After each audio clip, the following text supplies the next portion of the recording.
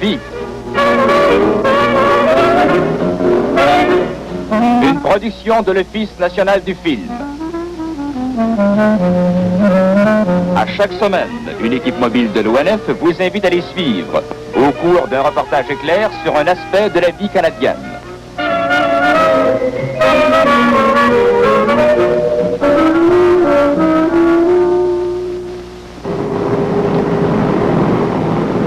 C'est Gilles Laroche qui vous parle de l'Abitibi. Votre équipe mobile poursuit toujours son voyage dans la région minière de Rouyn-Val-d'Or. Devant nous se succèdent de retenus arbres squelettiques. Ici et là, une tour solitaire signale la présence d'une mine. Ces dernières semaines, nous avons découvert comment des villes entières surgissent autour de ces puits. Aujourd'hui, nous vous invitons à nous suivre alors que nous descendrons sous terre. C'est la mine O'Brien que nous visiterons. Celle-ci extrait de la roche à forte teneur en or, et c'est depuis 1924 qu'on y travaille.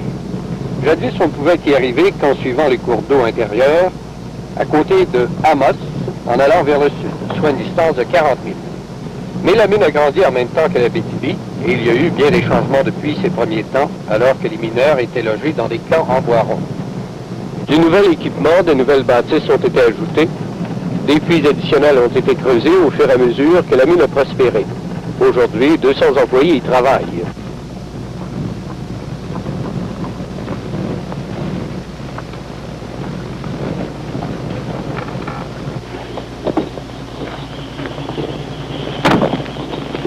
Nous voici arrivés sur le terrain de la mine.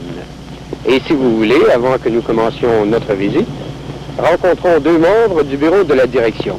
Monsieur Sparks, gérant général, et Barry, surintendant des opérations minières.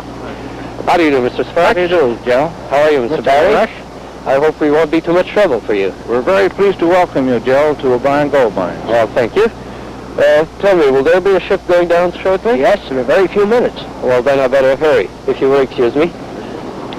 Les mineurs à la O'Brien travaillent par équipe. L'une commence à 8 heures du matin, l'autre à 8 heures du soir. Les hommes sont au vestiaire en ce moment en attendant de descendre sous terre.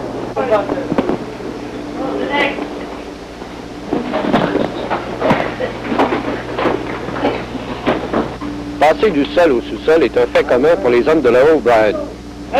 Mais revêtir l'habit de caoutchouc, chausser les bottes armurées et porter le casque protecteur est un rituel étrange pour un novice comme moi. Mais comme vous voyez, on finit par se débrouiller. Et maintenant, nous voilà prêts pour la descente.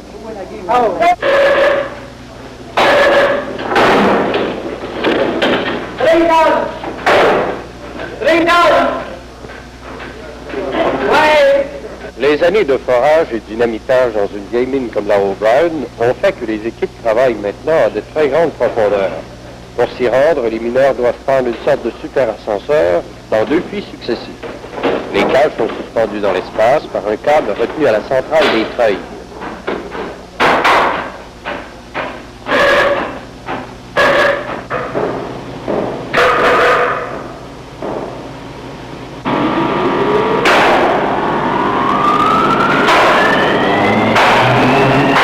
Un bon sang-froid et un jugement sûr sont les premières qualités qu'on exige d'un opérateur comme M. Raoul Renaud.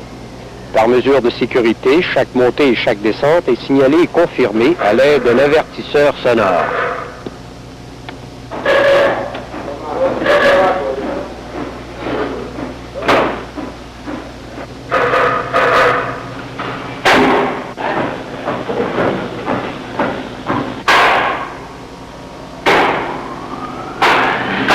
Une fois hors contrôle, la chute précipitée d'une cage vers les profondeurs du puits ne peut plus être arrêtée.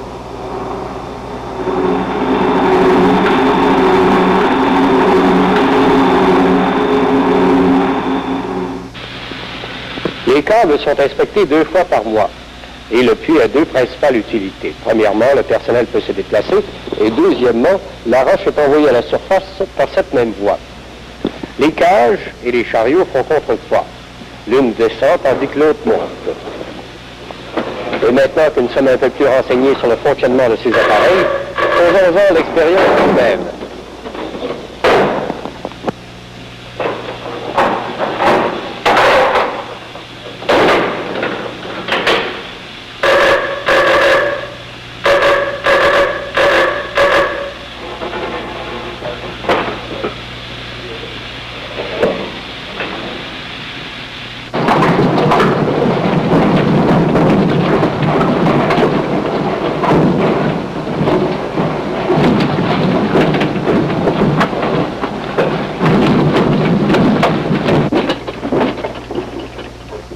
As-tu déjà entendu sur la terre? Non, c'est la première fois. Ça fait étrange un peu. Est-ce qu'il arrive des fois que le câble casse? Ça n'a jamais arrivé dans cette semaine ici, seulement ça a déjà arrivé dans d'autres semaines. Ça a été grave? Il y avait du monde? Oui, il y avait des visiteurs comme vous. Et Ils sont tous morts? tout mort.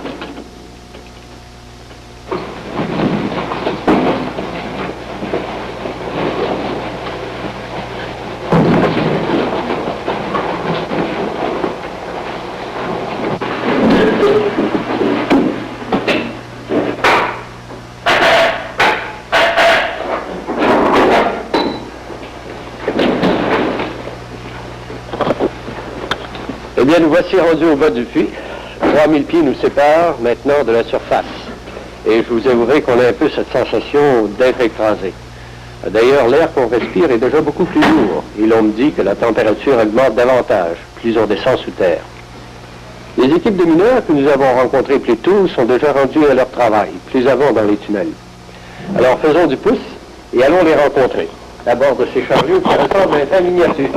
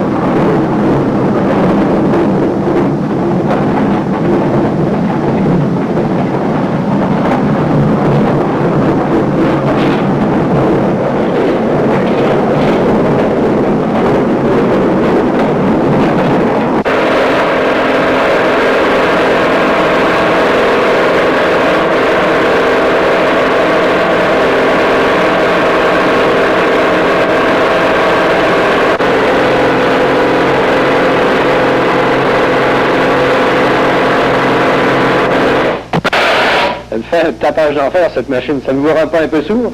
Oui, ça viendra dans les premiers moments un peu sûr. Après ça, on fait de l'habitude. Et puis ça se passe. Comme dans d'autres choses, l'habitude, Ouais. quoi. Mais à votre accent, je devine que vous n'êtes pas canadien. Non, je proviens de l'Italie. Ah bon, il y a plusieurs de vos compatriotes qui travaillent dans les mines, de même que les Européens aussi, d'autres Européens. Oui. Et où avez-vous appris votre français? Mon français, je l'ai appris en Belgique. J'ai travaillé 5 ans dans la mine.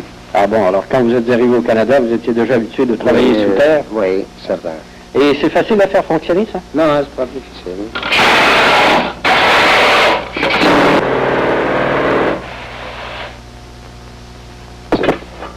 Ah bon, alors une manette, c'est pour la marche avant ou arrière, Oui. et l'autre, c'est pour la foreuse. Oui. Et une fois que le trou est fait?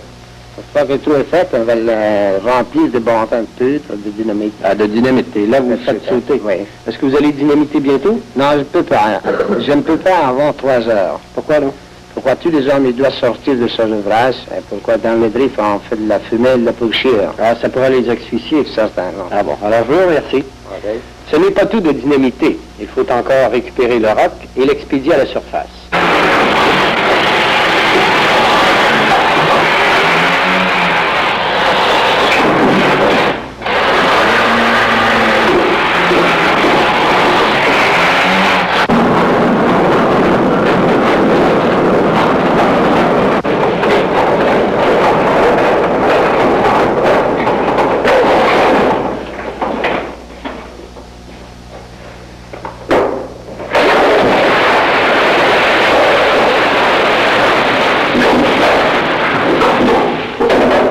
Les chariots contenant le minerai sont amenés jusqu'à cette gueule béante dans le roc qu'on appelle grizzly dans l'argot du métier.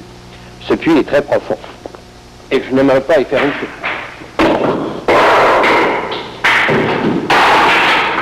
À 200 pieds plus bas, la chute rejoint le fond du puits. Là, chaîne, poids et levier retiennent le minerai jusqu'au moment où il est déversé dans les monts de charge.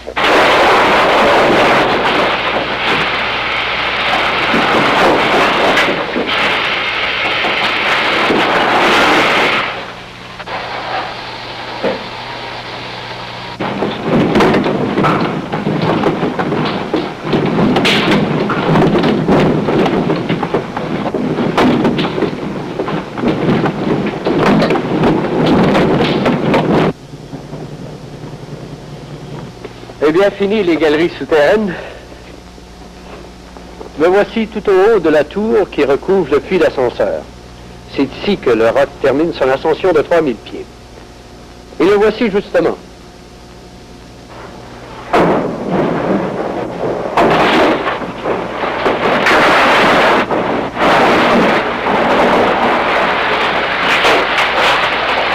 Une fois emmagasiné dans ce réservoir de surface, le roc est digéré par un concasseur. Cette première opération est suivie de plusieurs autres, dont le but est de réduire le roc en fine poussière.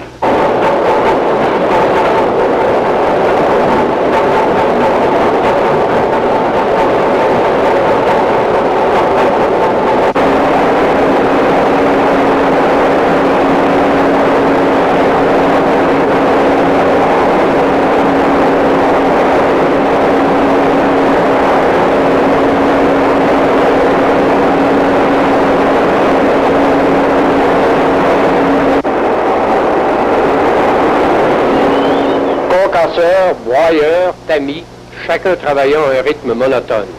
Roc, poussière liquide, enfin quelques parcelles microscopiques d'or.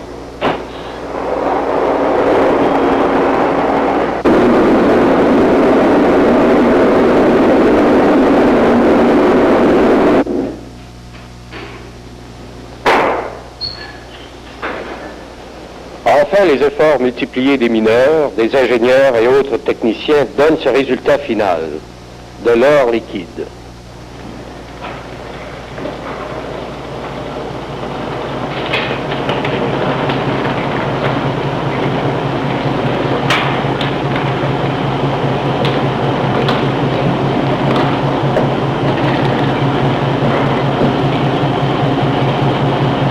Une fois solidifié, on lave le lingot et avant de l'expédier vers Ottawa, on tire des échantillons et le pèse.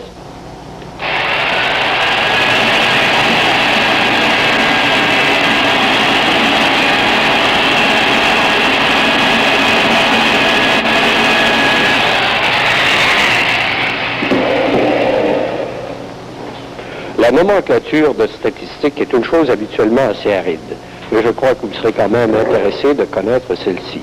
Il a fallu 5800 tonnes de minerais pour donner 2260 onces d'or. Pensez, 5800 tonnes de minerais pour donner 2260 onces d'or, soit la production totale de la mine pendant un mois. Au cours où se vend l'or, la valeur d'un seul de ces lingots équivaut environ à celle de 4 voitures de luxe. Et c'est ainsi que nous concluons notre reportage pour aujourd'hui. Ici Gilles Laroche qui vous parle au nom de l'Office national du film et vous donne rendez-vous à la semaine prochaine.